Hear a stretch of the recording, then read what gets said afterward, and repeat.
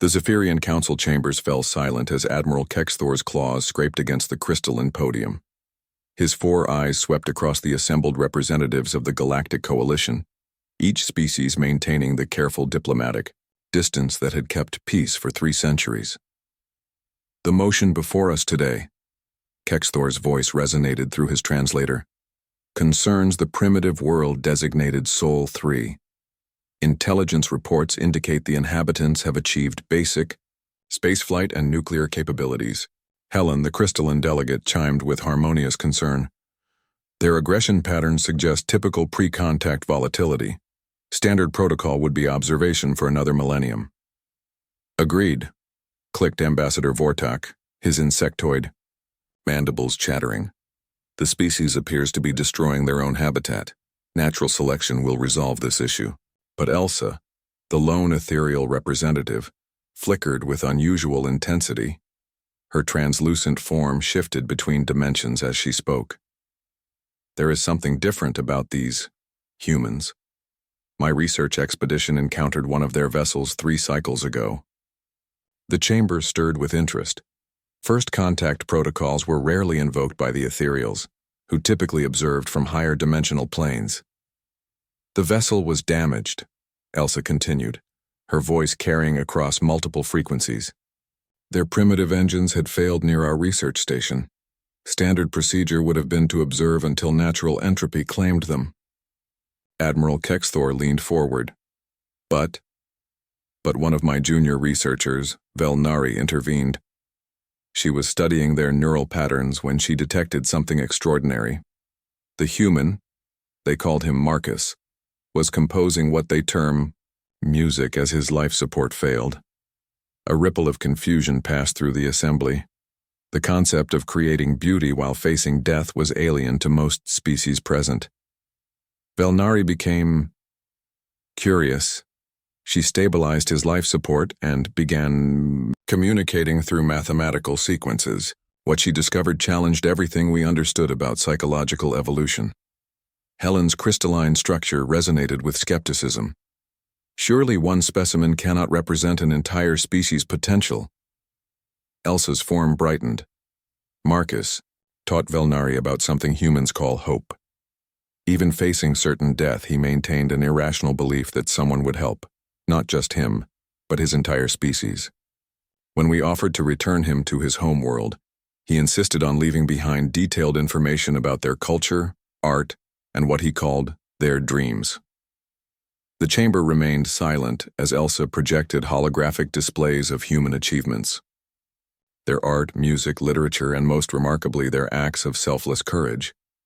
They dive into burning structures to save strangers, she continued.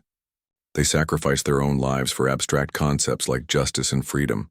They create beauty in the face of suffering and maintain hope despite overwhelming odds. Ambassador Vortak's compound eyes focused intently.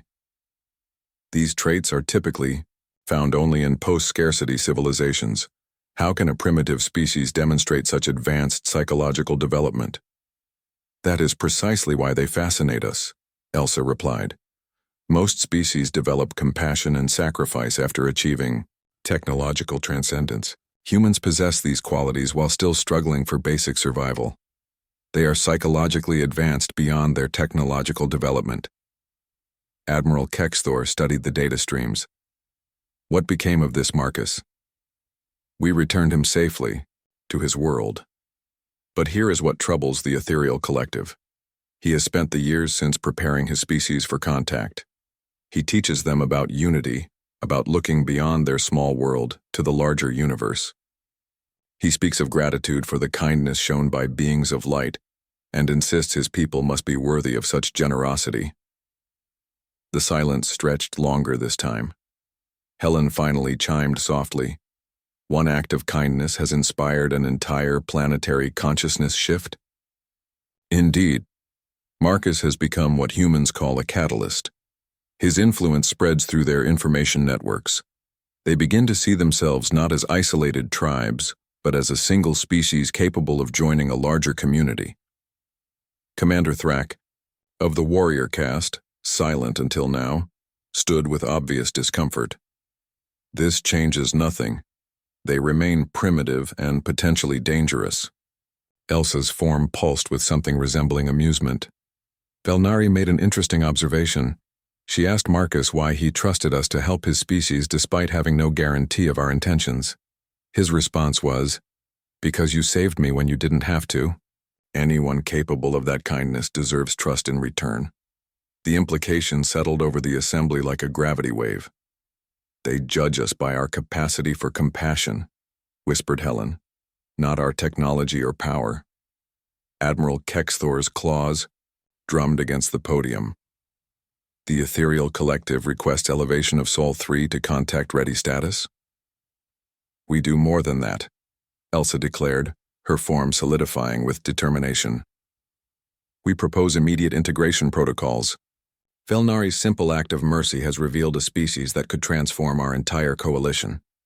They possess something most of us lost eons ago, the ability to hope and trust, despite having every reason to despair." Commander Thrak objected. "The risks are minimal," Elsa interrupted. "A species that responds to single acts of kindness by preparing their entire civilization for peaceful contact is not a threat. They are precisely what this coalition needs to remember why we formed it in the first place." The vote was closer than expected, but the motion carried. 3 months later, the first human delegation stood in the same chamber where their fate had been decided. Marcus, now Earth's appointed ambassador, addressed the council with tears in his eyes. "When we thought we were alone in the universe," he said, "one of you showed us we weren't.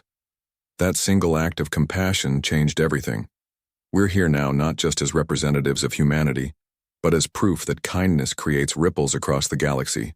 Admiral Kexthor later remarked to his aide that in 3 centuries of diplomacy, he had never seen an entire council chamber weep simultaneously. The age of human integration had begun, built on the foundation of one Ethereal's decision to show mercy to a dying stranger among the stars.